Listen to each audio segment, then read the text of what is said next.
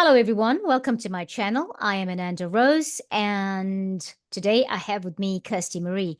Welcome, Kirsty. How are you? I'm quite well, thank you, Rose. Good to be here with you. That's good. You're no longer a guest, right? You're like part of the family now, right? That's what I feel like. Yeah, that's nice. Part of the dragon family, right? Part of the dragon family, absolutely, absolutely. And this is where we talk a lot of dragons. We are going through our dragon um, contractual terms, and I'll explain that very shortly. But anyway.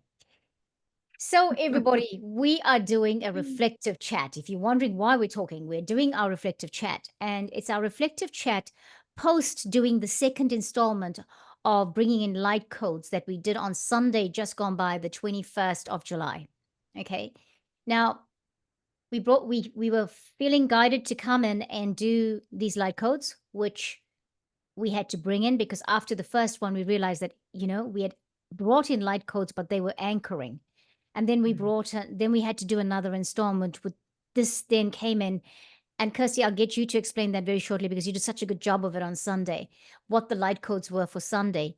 And so we're going to do a bit of a reflection and explain some things and show you the pictures of the dragons that came through in that light language. All right. Because that I think is necessary. So, Kirsty, Mm, what are your reflections on Sunday? yeah, well, it was a really different and powerful event, and it just came to the surface as the things do. But the overarching kind of goal of it was to continue to come more into the body and then Yes. to start waking up our latent gifts, things that maybe are bubbling under the surface or that we're completely unaware of. And so that was um, that was kind of the purpose of it. And when we talked about these as light codes, what we were talking about was kind of like a wake up call to waken us to our own remembering of the deeper truth of who we are, who we've been through many, many lifetimes, connecting to all of that, sort of like a convergence. Yeah. And we know that, part of coming to Earth at the moment and this time and space is like a sort of like an amnesia, but Yes. we're starting to wake up more and more Yeah. individually and collectively.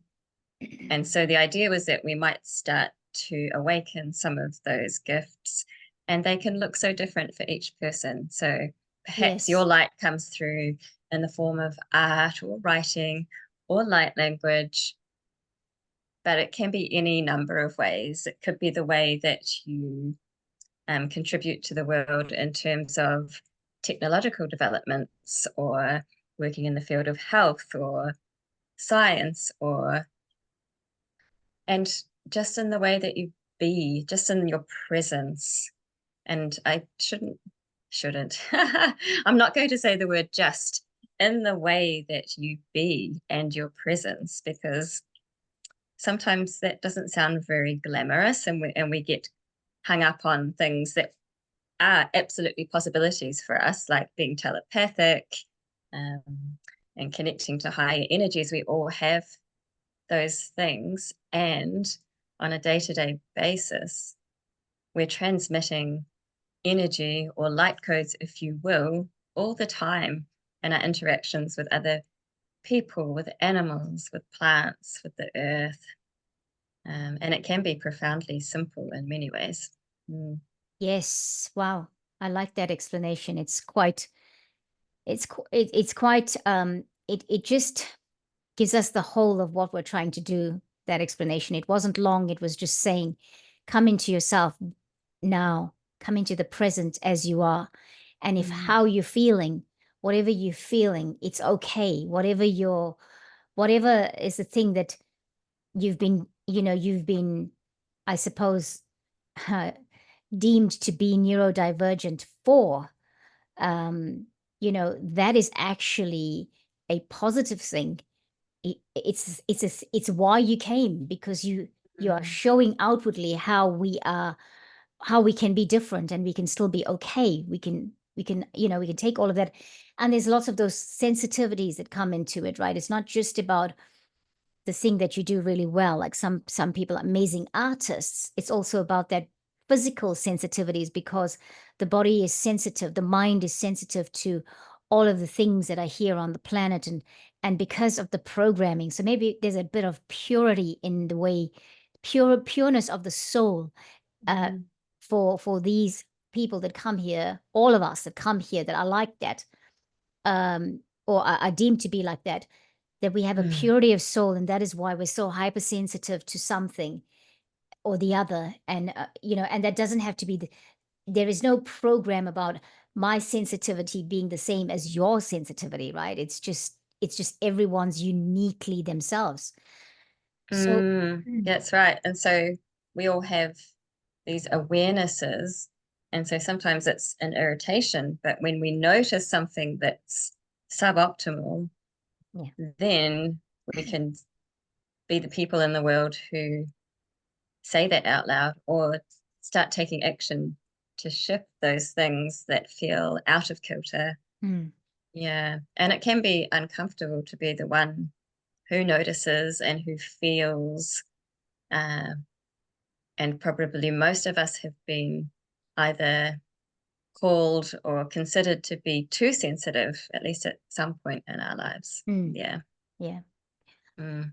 Right. So what we take away from that is, so we were thinking on Sunday before we went live that we were thinking that it was going to be this, the second one was the last one, right? And we weren't going to be doing another one, or we weren't going to be doing another free live event. However, what came out through that was, towards the end, I just couldn't say that. I couldn't say that that was going to happen, that we weren't going to do another one, because it suddenly felt like we needed to bring in more. We needed to do another installment of that, because there's something more that has to come through, especially when I saw, because I kept seeing the woman on the top of the mountain, the mountaintop, and she Mm. was just standing there and she was looking out, and the cloak blowing, the color of the cloak, the creamy white, but like a blue, like a gold satiny underneath that different blue. And she was just standing there alone, and just the wind blowing and just looking around. And I thought, wow, this is saying something. This is how anyone who's neurodivergent feels, perhaps standing on the top of a peak, looking down around and feeling like, oh, there is no one here. I'm here. I'm at my highest point, but nobody can see that. Nobody understands that I'm alone here. And then Mm. suddenly it felt like this dragon that I'm going to show very shortly. My daughter was developing the dragon for the Africa activation. She's been developing that dragon, or painting that dragon now for the last 5 weeks or whatever, right? I didn't know it was for Africa. Only over the last 5 weeks I worked it out. She then sent me a sketch of that the day before. And that's when I looked at it and I thought, or 2 days before, or the day before. And I thought, I think this dragon, because it was a sketch, it wasn't completed. I thought, this dragon, I think, is for Kirsty and I on Sunday morning, because it was incomplete. And Mm. then I saw this dragon come up, and I'm going to share the screen because I'd like us to look at it, because we didn't get to show it on Sunday. There is something very ethereal about this dragon. I hope we're looking at it. Can you see it at all, Kirsty? I can't see it yet. It says screen sharing, but yes. Yeah. Now, I hope it's dark enough, because that's a sketch of it. And I don't know, but its eyes speaks to me. Mm. And this was the dragon that suddenly appeared in front of the woman. And I thought, whoa, because there's something in these eyes that are golden glitter, golden, glassy, beautiful, warm light. I know I'm saying glassy and you think, how can it be warm? But glass can be warm. There's just something about the eyes of this dragon. It was there, it appeared before her. And because I really feel this here is the source energy coming through this dragon. I'm almost thinking I want to call it the golden light dragon. Mm. So that was the dragon that appeared in front of her. But then we had, I'll stop sharing to bring the other ones. This is the Mercury dragons. And the Mercury dragons were the ones with the weird voice, the weird light language. I'll say weird because I'm sure many people thought of it as weird because it was like, what was that? And there we are. That's the Mercury dragon. And I mean, it's the dragons from Mercury. I say Mercury dragons. And this is the dragon that really affects our communications and also the technology in terms of like television networks, Wi-Fi, all of that. But they're meant to be small dragons. And I could see like a whole flock of them behind her, behind this woman. And I just thought, wow, it's really speaking to our communication techniques and saying that this dragon here, you've got in front of you, you've got the golden light dragon who's there saying, I'm rooting for you. Sorry, I didn't mean to put that my hand there. I'm holding the line. I'm holding the golden light for you. So you know that coming forward, you're supported. But behind you are those dragons, and they are the ones that help communications. And so these, and I think in the light language, it came out, you could choose one, you could choose two, you could choose all, or she could choose any of those. That to me was the message for everybody watching. This is what is at your disposal. You're not alone. Don't forget it and work with it. So what do you think, Kirsty? Anything? Any thoughts? Yeah, it's beautiful, and it's this sense of like an awakening and a rising energy. Yeah. And it's that kind of non-dual thing as well. It's like it's coming from without, it's coming from within. It's all kind of happening simultaneously. Yeah. And to be honest, I think I'm still processing within myself what came through last Sunday. Okay. Yeah, there's a lot percolating, I think, and it's really, really fun. I'm going to stop sharing this, but we will bring it back in our next session. We'll bring both of them back in the next session. And I'm going to ask the artist if she can, if she'll find a way to develop the golden light dragon, because maybe put some color, but keep the gold and the light together. You know, the background or something with him. So I was feeling quite out of sorts on Sunday morning because I had a big, I don't know, shift and whatever for the previous day because we did the Africa activation at 5 p.m. New Zealand time. But in the morning, we had done we'd worked, we just met with the lady that was on the ground in Africa for us for that activation. And I had gotten that we needed to spend some time with her and do some clearing and balancing and all of that. And then suddenly I was asked to pull a card and Queen Nandi had turned up there. And as soon as Queen Nandi had turned up there, she put me on a different trajectory. I was like flying all day. I had to really work hard at grounding myself. Yeah. You know, and then for whatever reason, she appeared. I knew that she had to come into the next session, like the actual Africa activation session. And then I've gone through that. And the next morning I was like, okay, I still have to remember what happened. I was trying to rack my brain for what happened on the 7th of July, like 2 weeks previously, because I already knew what we were going to talk about, but I just kind of like, it was suddenly blanked. And then I was like thinking, okay, but I'm just going to go with the flow and do the light language because that's what we are doing here. We're bringing in light codes, using the light language. And then they said to me, we're showing you this woman. You need to talk about her. And that is how this all sort of started to unfold. The Mercury dragons had visited last week. And the visiting was incredible because I got a new light language from them. And it was not that one that came through in the light language transmission. It was something different. One of our, I don't know if I said it, but one of our cats, our friends had to put her cat to sleep. And in that, I don't know if I said it in the record, in the live event, but I got another light language as I was meditating and holding space for the cat. So what a huge week or last few days it's been.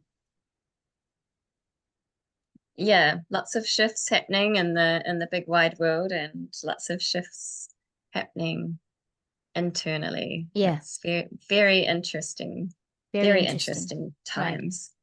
Um, and Mm. and I don't know if I mentioned this before, but it's interesting with my kids. They're really super at the moment into all these kind of fantasy worlds. So Lord of the Rings, Arthur and the Knights of the Round Table. And it's really interesting how you just notice those same core archetypal stories and that mythology that speaks to us so strongly because Yeah. it's the truth. It's the Yeah. truth. Yeah. Um, so if you've got kids, you might notice as well their connection to those types of stories, dragons, unicorns. We all love them. Yes, absolutely. Yeah. Yeah. It's not just about that big, I won't even say the name, that big story that was playing out for so long. Everybody was hooked on it. It's not just about that. It's about what is within No. us. And Hmm. why was everybody hooked to it? Because something within them resonated with it. That is why everybody was hooked to it, right? That's right. Even people who aren't, awakened, they Yes. still instinctively are drawn to those stories. Yeah. Right. Mm, Agree, mm. agree.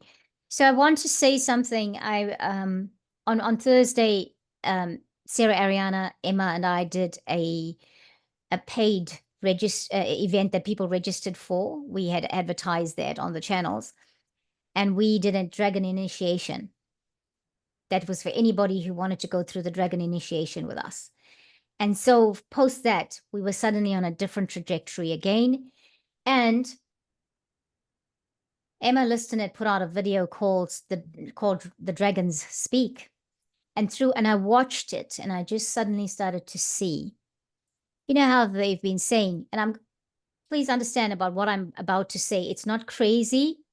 It's just my thought. I wondered about it, and I'm sharing it because perhaps we all need to start thinking about that, right? Because a lot of us are coming into our dragonness.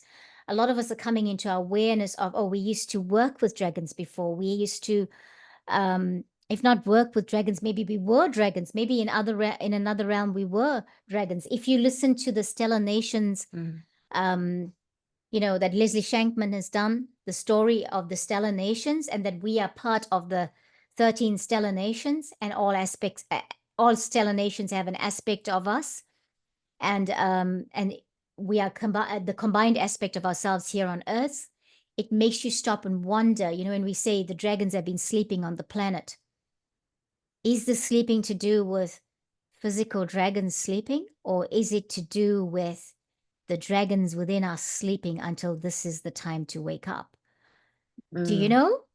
Mm-hmm. I The just dragons within, and then the energies in the earth, the exactly. ley lines, and all of Yeah, these. yeah, Yeah.